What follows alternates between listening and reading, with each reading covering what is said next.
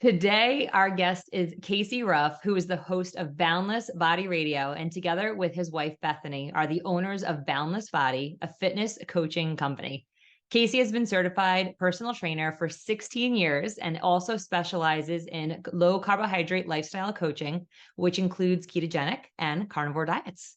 Over the last 16 years, he and Bethany have helped thousands of clients learn how to achieve their best lifestyle through movement, lifestyle management, and proper diet. Welcome to the show, Casey. Thank you so very much. It's such an honor to get to hang out with you guys again.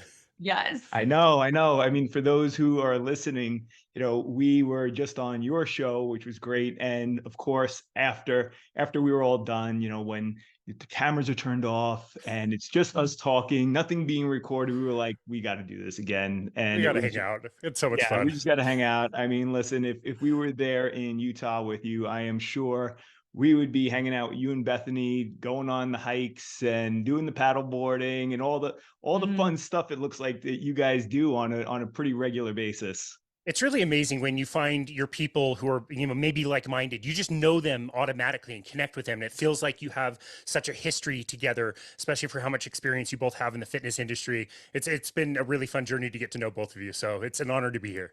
Same.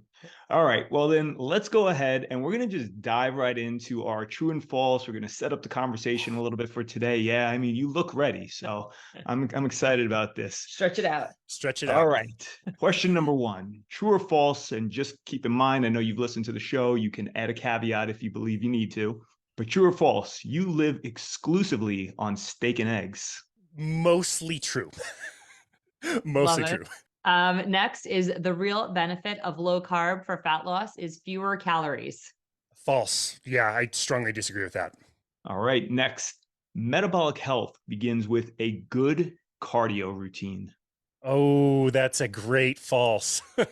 I love it. There is a direct correlation between breathing and fat loss. Yes, true. Here we go. You're going to like this one. Hold on. I'm going to get my tinfoil hat for this one. There we go. She's got Beautiful. It on. All right, folks, she's ready to go. Corruption is at the root of most illness. True. And then finally, you and your wife, Bethany, have cats and dogs. You are the cat person and she is the dog person. That's true. Nice. Nailed it. Wait, so that was the last one? We're not doing vaccines or politics or religion, anything like that? Like, wow, okay. Survived. All right. Want to scare everyone. Yeah, I'm sure we'll get into it at some point, though.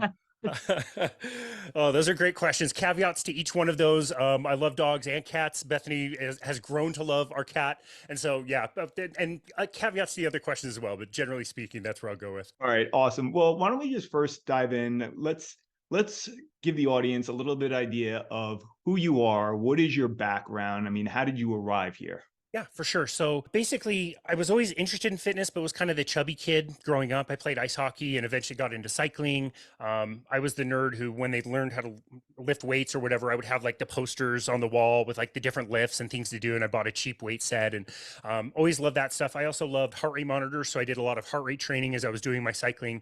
And it was when I was in my early 20s, I was studying architecture, going to school for that. And I joined a big box corporate gym in the off season to do some training for cycling. And I just started watching the personal trainers and thought that, whatever they were doing looked really fun and engaging. And they were showing people different exercises that I knew some of. And they were also using heart rate monitors themselves. They sold them at this big corporation. And so I went into the manager's office and asked what I needed to do to be a personal trainer. He told me what online certification I need to get. So I studied that for a few months, started personal training in March of 2007. Coming onto the staff, I already knew more about heart rate monitors than anybody else that they had on their staff already. So I was, very quickly like programming heart rate monitors and helping people with that kind of thing. And eventually I started getting trained into using what is called a metabolic cart, which is basically a box sitting next to a computer that is hooked up to an umbilical cord that travels up to a mask that somebody wears and basically measures their breathing. And we can do assessments on them.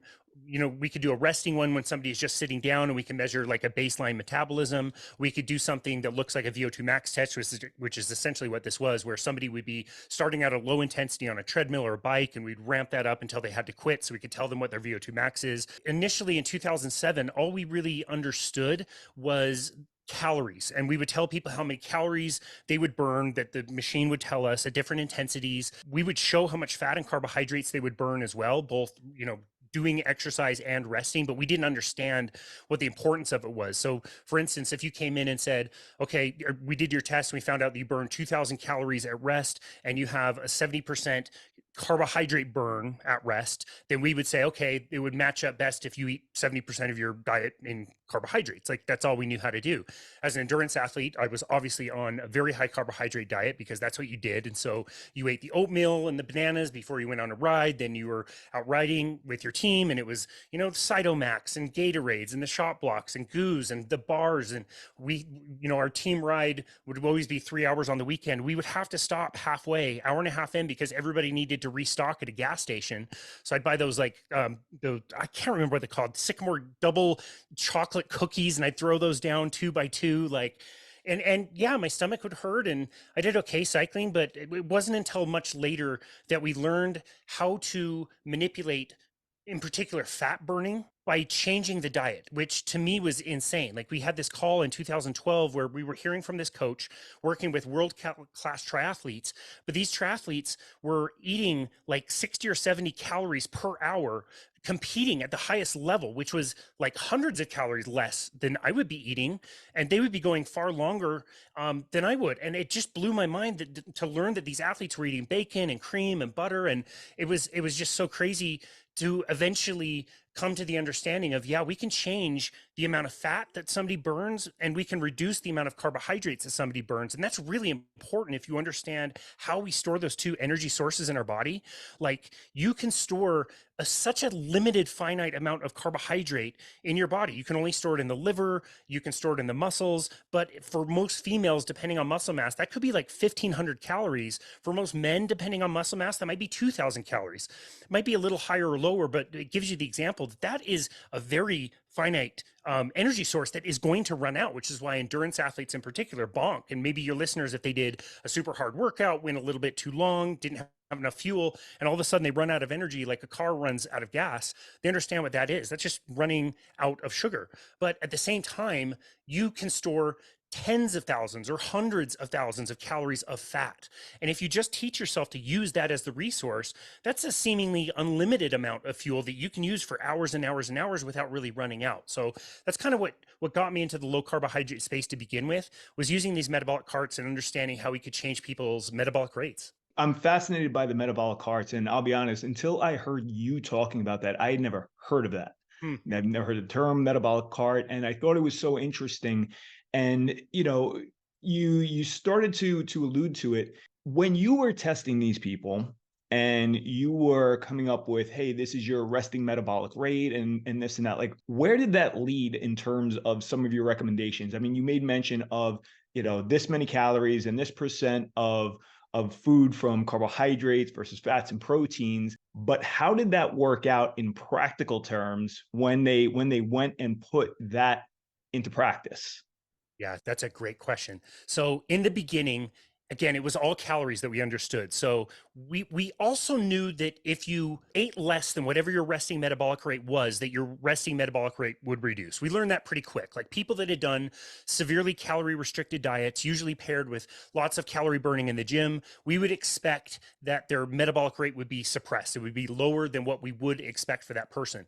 But we would also have these like sliders where we would say, okay, here's your resting metabolic rate. Let's slide this up based on your activity level day to day, whether you're sitting in an office all day or whether you're shucking boxes at UPS, we can move that up or down. How many calories would you like to work out? Let's slide that up or down. And then we'll go over to the intake of the calories that you're taking in. How much weight would you like to lose? 1 pound? Okay, great. Let's either increase the exercise by 500, or let's reduce the food by 500. Let's, or some combination of the two. And 500 calories multiplied by 7 days is 3,500, which ironically is 1 pound of fat. And so that person would just go away knowing that they were going to lose 1 pound every single week for as many weeks as they had to lose in a very linear, even fashion until they got to their goal. You guys are smiling right now because that doesn't work. It doesn't work. But we didn't understand that. And we would just do the Jason Fung thing that he talks about all the time, where you're blaming the victim. Like, we just understood that everybody was really poor at following the advice because they could never get to where their goals were. And I would say, like, even on staff, like with myself and the personal trainers, like, we would take the, suitcases full of Tupperware to eat at the gym, and the meal preps and all the vegetables and all these things. And you'd be so hungry, you'd have to eat every 2 to 3 hours. And it was such a big volume of food, and your whole day on Sunday is meal prepping. And we were the trainers, like, we were the ones recommending this. And even the trainers couldn't really sort it out, I would say. And again, like, as far as food composition, we knew that it was the brown rice, and it was the broccoli, and it was the chicken, and all of that stuff. And we got along okay, but it should have been more obvious to us. Like, why are we so hungry all the time as trainers? Like, we should have good energy to see our clients. You know what it's like. Some days you've got 9, 10 clients back to back to back to back, and it sucks to have to, like, take a break to go eat your granola bar or whatever you have in between clients because you're so hungry. So that's kind of the way it was in the beginning. Again, over time, we understood that, okay, if we're changing the diet, we can start manipulating some of these numbers, and it would start to work a little bit better for us. And then we started trying with our clients. So, again, it was 2012. We had that call with that guy. And so now it's like, okay, you're safe to have some olive oil in your salad, and you're safe to have an avocado. Okay, step in the right direction. I remember seeing an article about the big fat surprise in 2014, and it actually just popped up in my Facebook, my first time reading the book, which, again, this article and the book came out in 2014, and she did this interview that I listened to. I didn't read the book. I didn't start reading the book until 2016. I was aware of it, but I think I had an internal resistance. Like, if she's right, and it sounds like she might be right, then everything that I've ever been taught about nutrition might be wrong. And I think that's why it was 2 years later that I picked the book up. And yeah, after that, I got my nutrition certification, which was, a very well-respected company, but that pushed me again, even further in the wrong direction of recommending lots of vegetables and, the whole grains. And we did a lot of, like, behavior control and, like, trying to get people to journal about their feelings and eat till they're 80% full and all that stuff. And so, yeah, so much of all of that failing. You start manipulating the diet. You start giving people, low carbohydrate diets. One guy in particular, we were doing a weight loss contest. He told me his diet, which was very high carbohydrate, like wake up at 2 a.m. For cereal. And I knew that he didn't have enough fat in his diet. So I'm like, dude, just get some fat in your diet. Let's just start there. And he came back 2 days later, and he's like, okay, well, I just lost like 2 pounds in 2 days. What is this keto stuff? And I was like, that's great. I don't know. I saw it on a magazine cover. I don't know that much about it. And that was like the last day that I ever listened to music in my car, for example. You know what I mean? It just becomes this, like, wild obsession when you start to learn that everything you have been taught worked for pretty much nobody. You try the opposite, and it works for pretty much everybody. Like, it's hard to find people that this doesn't work with.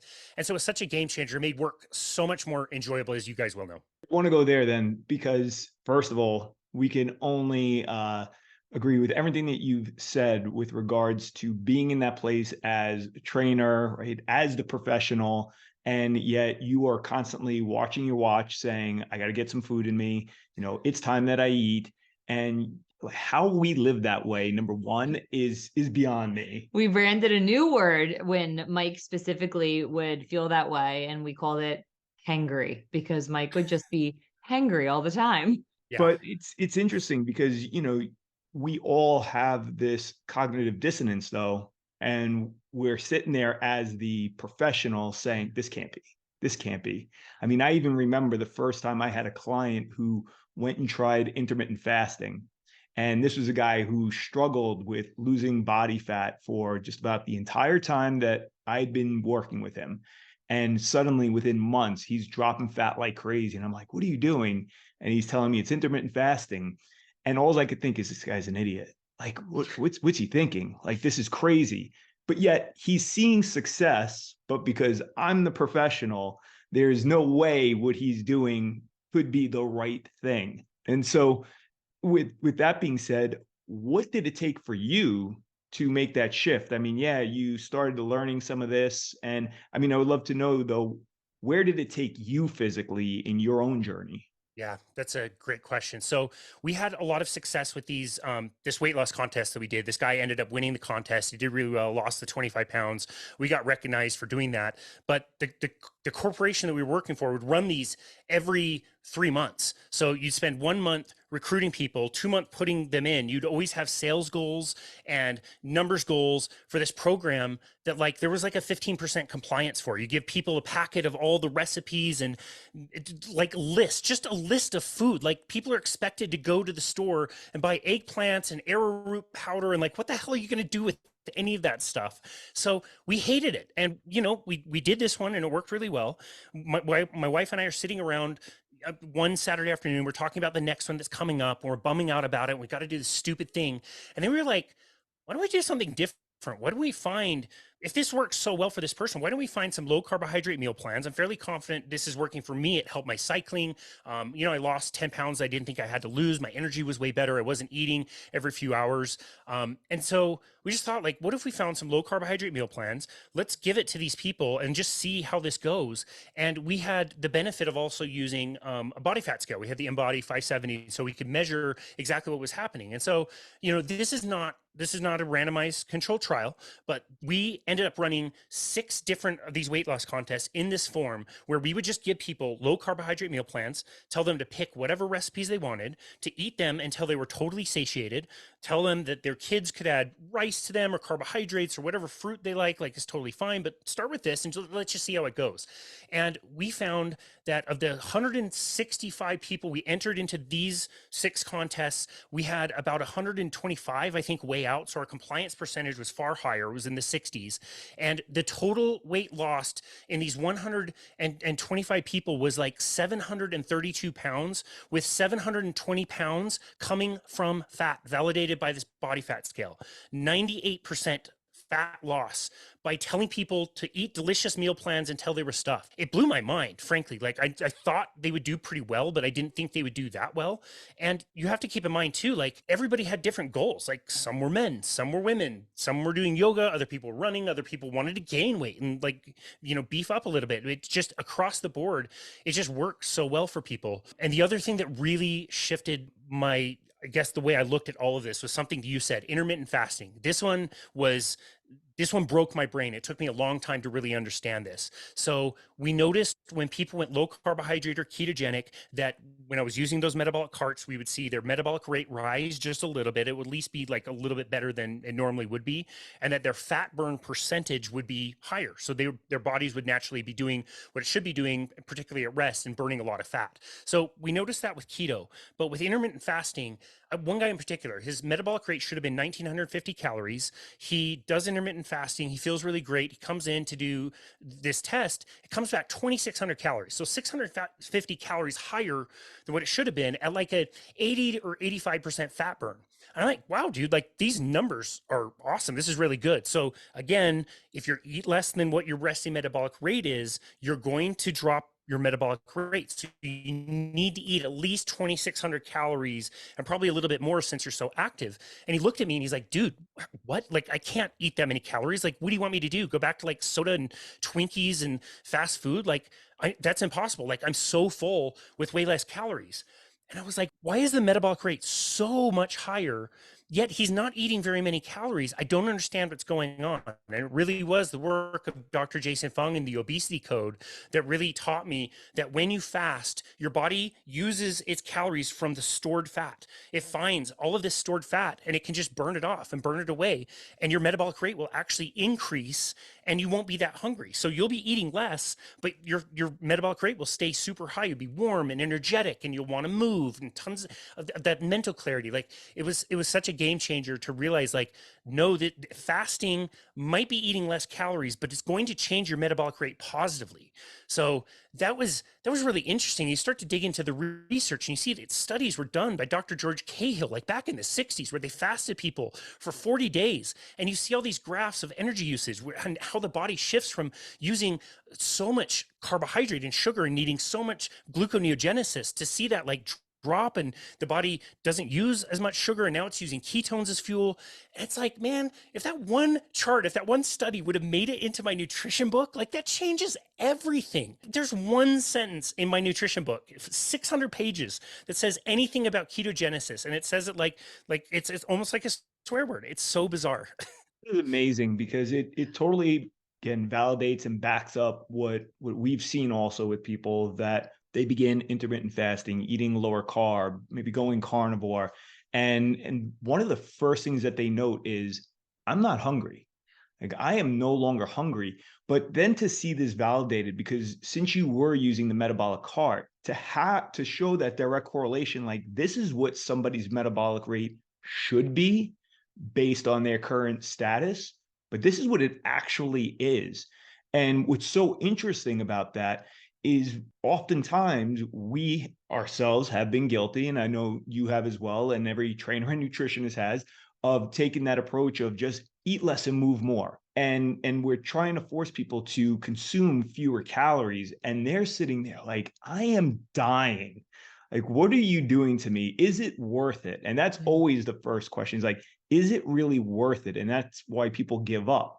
But to take this approach where we're saying, you don't have to eat less. In fact, eat as much as you want, but just eat this type of food, and let's just see what happens to your body. And the fact that your body is smart enough to make that shift, to recognize that, hey, we do have all this stored fat that we could be tapping into and providing all this extra energy. I mean, it's fascinating. And that's why I just loved that you actually had that tool available to you to see that correlation.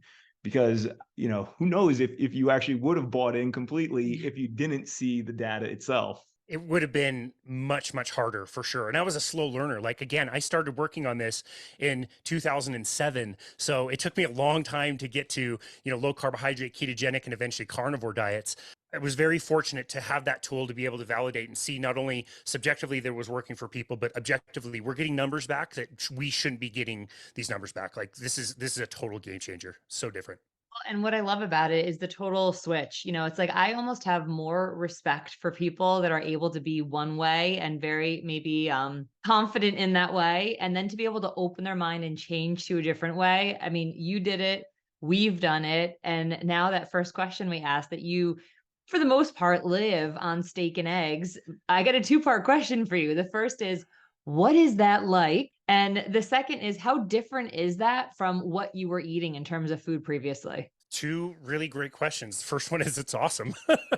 It's great. I love it. Yeah, I had never luckily been sucked into the vegan vegetarian message. I've had a lot of plants in my diet, and I was definitely doing those oxalate bomb smoothings in the morning for a long, long time. But I did have meat. I did have red meat. I did understand at that point that was part of a good, healthy diet. And so I wasn't shunning that stuff, but it was coming up to be, well, I guess it was 2018 where I heard the Joe Rogan with Dr. Sean Baker. I turned it off halfway through when he was talking about carnivore diets, and he didn't believe in doing tons of blood work. We were selling blood work at the time. I thought it was absolutely nuts that somebody would eat only meat and not care what their cholesterol was. Like, I thought that was insane. I turned it off. It literally, it was like 2022 until I went back and actually listened to the whole thing, even though have worked for his company doing carnivore coaching, and I've hosted him on our podcast and everything. So yeah, I thought it was preposterous, but then I started to hear more from people like Paul Saladino and all these other people that were kind of in the scene of carnivore. And, I just thought, like, well, I'm pretty sure I won't die if I try this for 30 days. Like, I don't think I'll get a heart attack. I might not poop for 30 days, but let me just try this and see. And it was April of 2019 that I decided that I wanted to try it. I had enough information that I thought, well, I can probably safely do this without having a heart attack. So let me just try this. Let me just eat all meat. And I did. And, you have the weight loss, and you have that, I had some negative things in the beginning, like my digestion definitely was not great for the first 4 or 5 weeks or whatever. But it was really like week 2, week 3 that I just noticed that there was a calmness that I hadn't really experienced for any prolonged period of time. And I'd never had any mental issues. I'd never been diagnosed with anything, but I just realized all the mental spinning in my head had just kind of slowed down and stopped, and stressful things weren't bothering me as much. And I was like, is the diet this powerful that I'm thinking so clearly and I feel so good? And yeah, anytime I cheated on it, the anxiety would come back. And it's just been this amazing journey where, May 1st, 2019, I didn't stop. I didn't want to get off of it.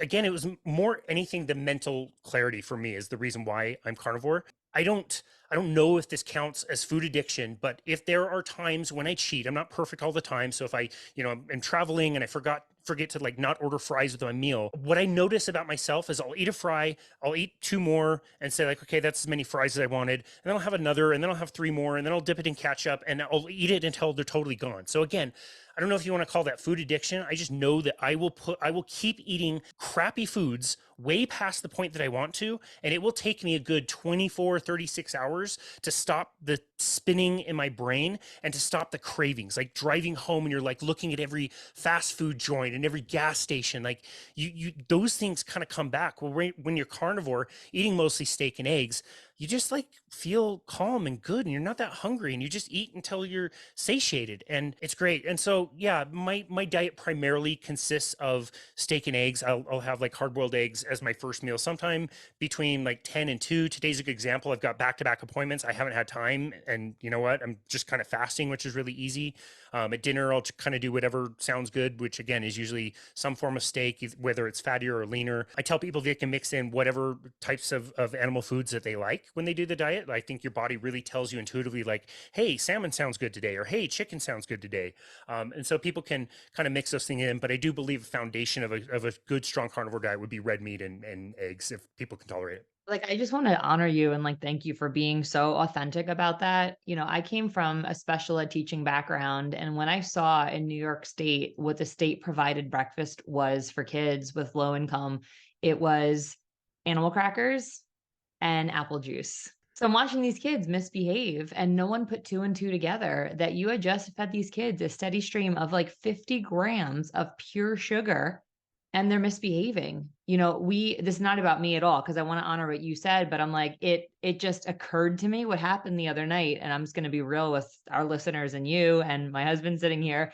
But we had an all-day meeting. I was just feeling really burnt out. And Mike came in to do a podcast interview, and the kids decided they wanted some snacks. Now, I've been carnivore for like 8 months straight. And I was like, oh, wow, that ice cream looks so good. So I took a tablespoon, but it wasn't a tablespoon of ice cream. It was like 6 tablespoons, like all stacked on the tablespoon. I happened to walk in and actually see it, and I saw as you sheepishly tried to like maneuver it so that I did not see I was like, as much ice cream as exactly. It looked something like that. But then what's crazy is, just like our kids and our students, what did I want after that? Well, they had some popcorners out there, and I was like, oh, I'll just like have 3, and in my head, I'm like, what am I doing? Now, the craziest part was not even that. It's, first of all, it opens up the floodgates, but you don't realize what that does to you mentally. And when Mike came out of the office in the kitchen, I snapped at him about something, and I'm not a snapper. And he said something back, and I snapped again, and then he was quiet, and I got annoyed, and he comes out with, I went in the office and I came out to a totally different person. And I was like, oh my gosh, he's right. But you just saying that right now, that's exactly what happened. But how many people, Casey, walk around like that all the time and don't even realize it? I just want to thank you for sharing that, because I really hope that that gives people like a big aha that your food does equal your mood. That's so well said. And I appreciate the kind words, and would say the same thing to you for being so open and honest. Yeah, it sucks. People don't realize ketosis, not the keto diet. Ketosis is our birthright. It is how we evolved. It is what we deserve to be in 24 hours of the day. I was just marveling the other day. So this is not an advertisement to come to Utah, by the way, for your listeners. Like, Utah sucks. Don't come to Utah. Nothing to see here. The hike you saw, the hike you saw Bethany do.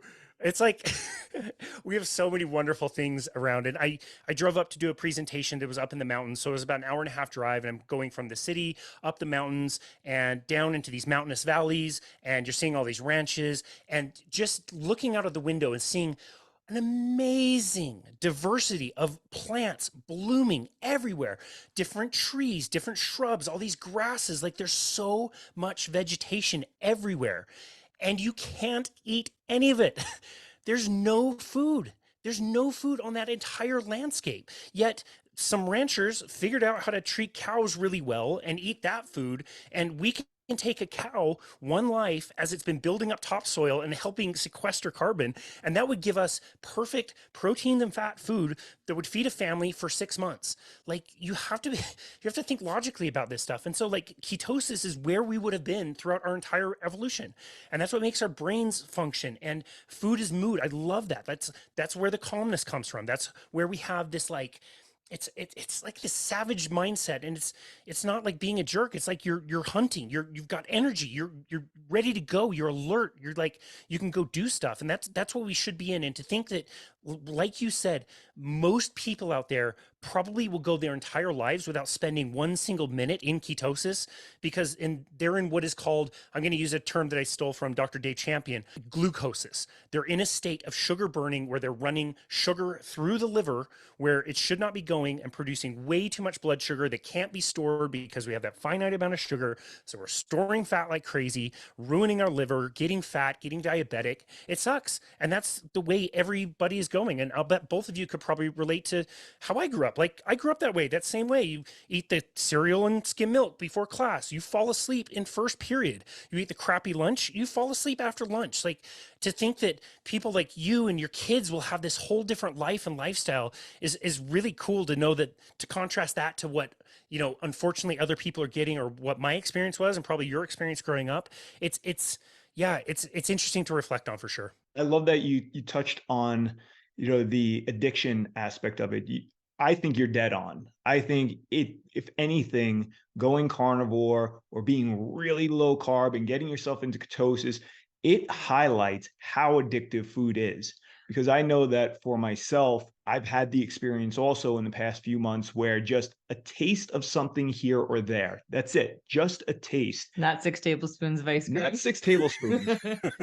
But I am so conscious of the dopamine hit. And I'm like, whoa, I get it. It's like that drug addict who has that first hit of heroin, that first line of cocaine. I mean, you can never get back to that. And that's the other thing people don't realize, is that, every time that you engage in that addictive behavior, you're killing these D2 receptors, and, you're never going to have that kind of hit again.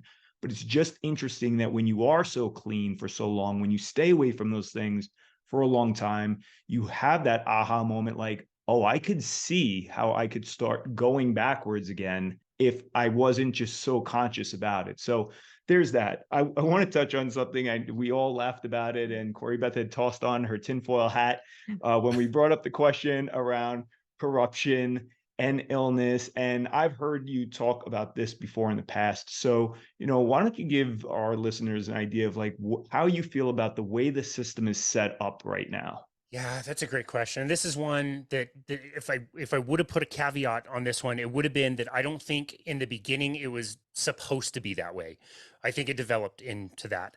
And I'll use an example, something that Nina Teicholz told me on our most recent interview. Look around your city. Look around. What are the nicest, best, newest buildings?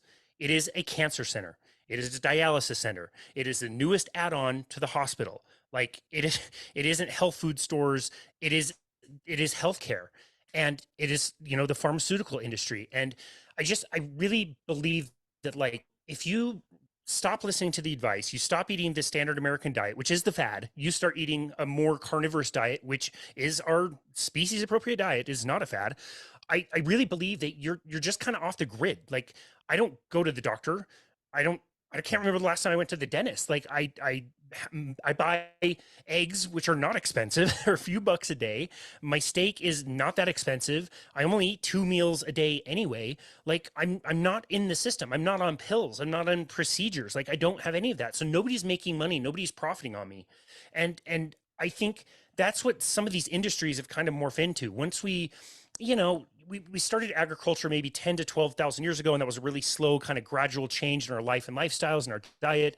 More recently, like 200 years ago, we started refining sugar and shipping it all over the place, where it was exceedingly rare and very expensive, became a lot cheaper. And then, in the last 150 years, we started taking this surplus product that we had, seeds from cotton, which were spoiling and going rancid. So they tried to figure out like whether we were going to use this for like wax or candles or whatever. We started making it into fake margarine, which was Crisco, which stands for crystallized cottonseed.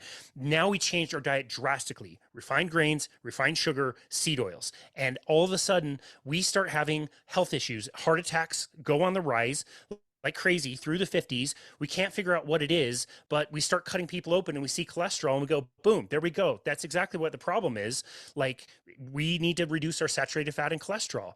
And nobody stopped to question, like, wait a second, why do heart attacks only happen in arteries and not in veins if cholesterol is traveling around the body on both sides? Like, that makes no sense. Or why is it that our body makes cholesterol to begin with, way more than you could ever eat anyway? Why would it make it if it was just going to kill us anyway?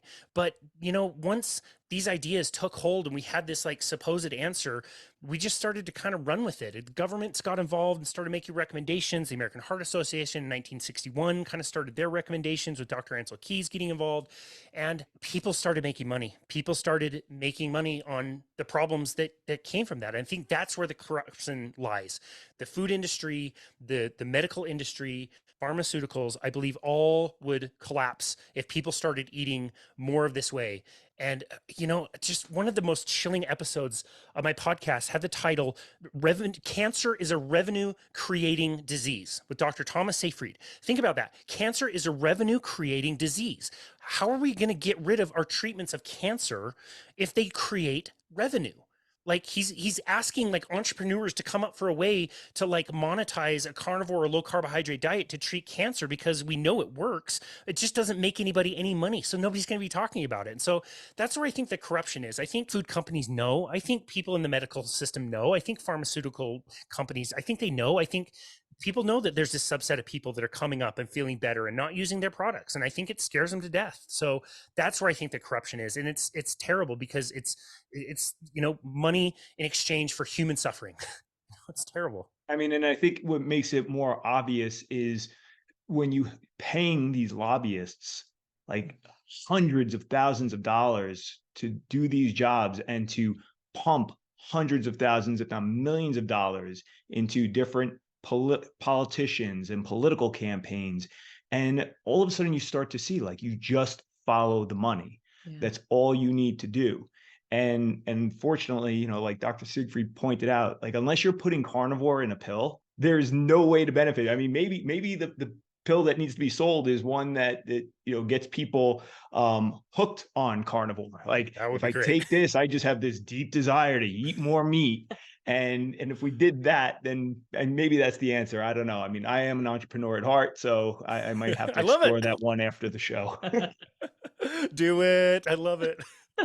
There's so many ways to go here. And like, I do just want to hone in on that for one more moment. You know, and I think the saddest thing is seeing a lot of these adult diseases seep into childhood, you know, and that personally is where I'm so passionate. So I do believe that, you know, you said before we got on this episode, we were just, you know, bantering back and forth. You said that this next generation, like, you have a lot of hope in them. We have a lot of hope in this next generation, you know, because they are savvy. They do get it. They are smart. They're kind of picking up on things. And so I do think that there is great hope. And that's why I think this interview, you know, with you, Casey, and so many other people that are doing this good work, we're not making any money off of this. You know, it's like when people are not enough, at least. They're like, exactly. You want me to eat steak? You know, like, there's people on TikTok. They're like, you know, you're just trying to profit. I'm like, off of what? Cows I don't own? Chickens we don't have? Like, off of what? You know, it's directing people to a different way. And I do agree with you that we can have hope that this next generation is going to pick up this torch, so to speak, and be able to carry it, because we cannot keep going the way that we're going. We just can't, you know? I agree. I see it as almost like a delta. I think, unfortunately, there's a lot of kids that are not going to get that opportunity, and they're going to continue to go the route of whatever their parents are going, which is unhealth. But I also, this younger generation, there's a lot of people that listen to Joe Rogan that don't watch the nightly news. And so it's just different. It's the kids are smart. Kids are very, very smart. And they, I think, are observing what is going on. And I think they can figure it out. And it's been one of my favorite questions to ask parents is like, was it really that hard to get your kids off of sugar and onto more carnivorous foods? And the answer I'm hearing is actually like, no, it was hard initially, but my kids' skin got way better and they enjoyed that. They started playing sports way better and they really like that. Their teachers are praising them for, you know, good mental energy and they're getting good grades. And like, they're kind of self-selecting more of those foods. So it really gives me hope, because you're right. Like, we can impact whoever chooses to listen to our shows, and, we can impact whoever is ready to hear this information. But by and large, this upcoming generation, I really have a lot of hope for, that they can hopefully get it right from the beginning and really learn how to excel and thrive in life. And I think hopefully with you, Corey Beth, I really hope that happens. I think kids have such a great ability to adapt. Like, we don't give kids enough credit with regards to how quickly they could adapt to a lower sugar diet. As parents, really the onus is on us, because we're the ones who are bringing it into the house. We're the ones that are putting it in front of them. And quite frankly, I mean, from a kid's point of view, most realize that we're the ones that are in charge. And so if we just decided today that we're not doing this anymore, we're not bringing this in the house. And I know Corey Beth doesn't like here when I go that extreme with it. Well, I just want to just interrupt for a moment. We did have a podcast with our children about fruit snacks, and there has not been a fruit snack eaten in this house since that podcast. And nobody has missed it. Nobody's missed it. And Nobody asked for it. It's insane. It's like, it's not an option, so it's not an option. If it's not an option, it's not an option. It really is that simple. And, the hope is that we just kind of encourage some parents out there who are listening to realize that, listen, if you're recognizing that this is a challenge for you right now, that you're addicted to these foods and that you're having a hard time, just think about how much harder it's going to be for your kids who've been eating them longer than you have. Because for most of us, we grew up in an era where sugar was a once in a while thing. It wasn't from the moment I wake up till the time I go to bed, I'm having some type of sugary food or dessert. Dessert was reserved for one time, maybe each day, and that was it. But then, of course, we had Lucky Charms and, Fruit Loops and all these cereals that started coming on the market, being marketed to kids.